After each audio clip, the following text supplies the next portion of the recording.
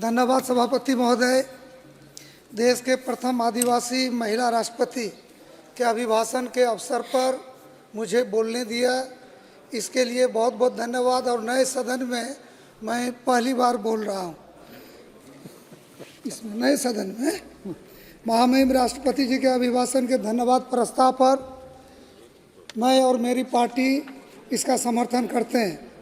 सभापति महोदय, आज 21वीं सदी के नए भारत के लिए नई परंपरा के निर्माण संकल्प के साथ आज़ादी के 75 वर्ष पूरा कर अमृत काल में हम लोग प्रवेश किए हैं और माननीय प्रधानमंत्री जी इन 10 वर्षों में भारत को एक नई ऊंचाई और अभूतपूर्व कार्य किए हैं।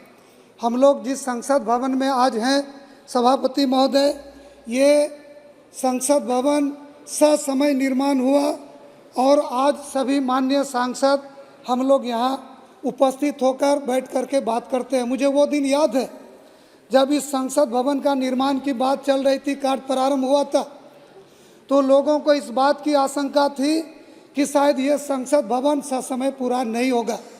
लेकिन हम धन्यवाद देते हैं आदरणीय नरेंद्र मोदी जी को और इनकी सरकार को कि ये ससमय पूरा हुआ।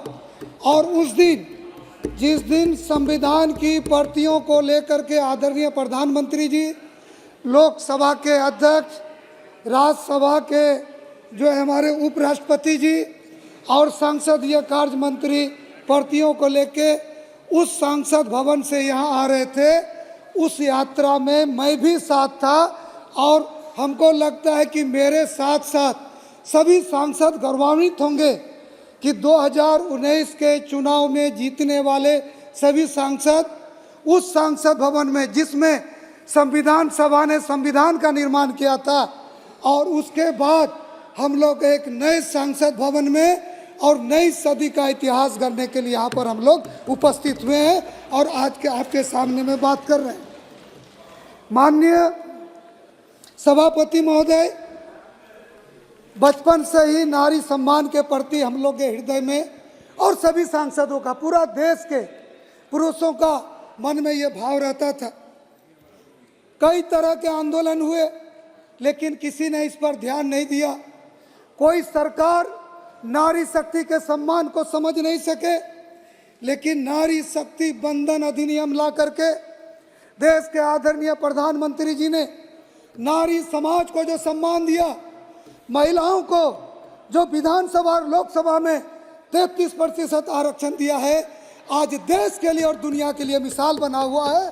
और आज इससे नारी शक्ति में वर्धन होगा और आने वाला दिन में हमारी देश की माताएं बहनें देश के साथ साथ दुनिया में अपना शक्ति दिखाने का काम करेगी।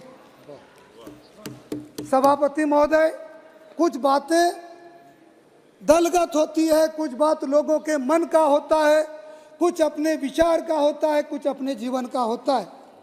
हम जो बातें कहने जा रहे हैं शायद इस बात से हो सकता है बहुत माननीय सदस्यों के मन में कुछ बात हो कि भाई एक सांसद इस तरह से क्यों बोल रहे हैं, लेकिन आज जो हम बोलने जा रहे हैं, राम जन्मभूमि मंदिर का जो निर्माण करके Please conclude with the... Yes, I know you are making your maiden speech. Just is a caution bill. You take one more minute. Ram जन्मभूमि मंदिर का आज निर्माण हुआ है। हमको लगता है इसको लेकर के पूरे देश में खुशी है, जन जन के मन में खुशी है। 14 वर्षों तक प्रभु श्री रामचंद्र जी पितृ आज्ञा का पालन करने के लिए वनवास में गए, लेकिन भाई भरत और अयोध्या के नागरिकों ने उनका लौटने का प्रतीक्षा किया। विदेशी आक्रांताओं के द्वारा प्रभु श्री रामचंद्र जी के जन्मस्थली को क्षति किया गया। 500 वर्ष तक यह कृतज्ञ देश उसका इंतजार किया।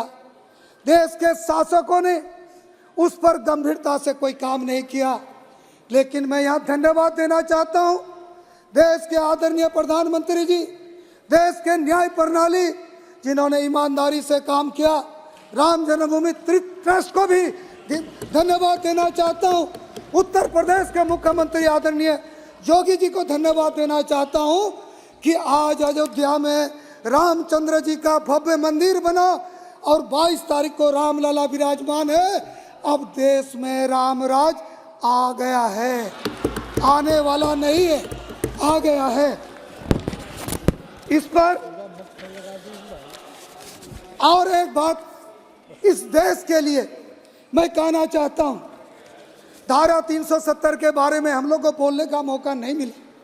धारा 370 के बारे में लोगों ने कहा कि धारा 370 नहीं हटना चाहिए, लेकिन उस समय भी हम लोग का समर्थन था। और आज धारा 370 हटने से क्या फायदा हुआ, वो बातें मैं आपको बताना चाहता हूं कि धारा 370 का रहते 1992 में सभापति महोदय, जब डॉक्टर मुरली मनोहर जोशी जी का एकता यात्रा निकला था, वो भारतीय जनता पार्टी के राष्ट्रीय अध्यक्ष नरेंद्र भाई मोदी जी के कुशल संचालन में वो यात्रा श्रीनगर और जम्मू कश्मीर गया था। हाँ, मैं यहाँ खड़ा होकर के कह रहा हूँ कि दुलाल चंद्र गोस्वामी भी उस यात्रा में सहभागी था। हम लोग गए थे, अपना ही देश, अपना ही राष्ट्र, लेकिन उस समय श्रीनगर के लाल चौक में झंडा फहराने के लिए इस देश के लोगों को संघर्ष करना पड़ता था। लेकिन धारा 370 समाप्त होने के बाद हम भी वहां जाकर के लाल चौक में अपना सेल्फी लिए और कांग्रेस